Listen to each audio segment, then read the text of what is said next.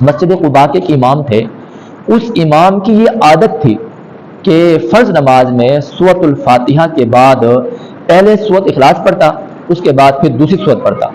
ان کے مقتدی اس بات پر حیران تھے اور انہیں کہتے تھے کہ آپ یہ عمل کیوں کرتے ہیں؟ اور یہ بات آپ صلی اللہ علیہ وسلم تک جا پہنچی۔ آپ صلی اللہ علیہ وسلم کو بتایا گیا، یا رسول اللہ، وہ ہر رکعت میں سورۃ الفاتحہ کے بعد سورۃ اخلاص کی ہی تلاوت کرتے ہیں، اس کے بعد دوسری سورت پڑھتے ہیں، اور ہم یہ بھی نہیں چاہتے کہ ہم انہیں ہٹا دیں، اس لیے کہ وہ ہم سے بہتر ہیں۔ آپ صلی اللہ علیہ وسلم نے ان کو بلایا اور پوچھا، آپ یہ عمل کیوں کرتے ہیں؟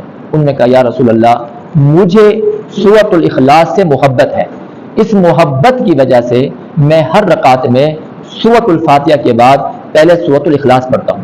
آپ صلی اللہ علیہ وسلم نے فرمایا، سورۃ الاخلاص کی محبت نے تمہیں اللہ کا محبوب بنا دیا۔ آپ صلی اللہ علیہ وسلم نے فرمایا،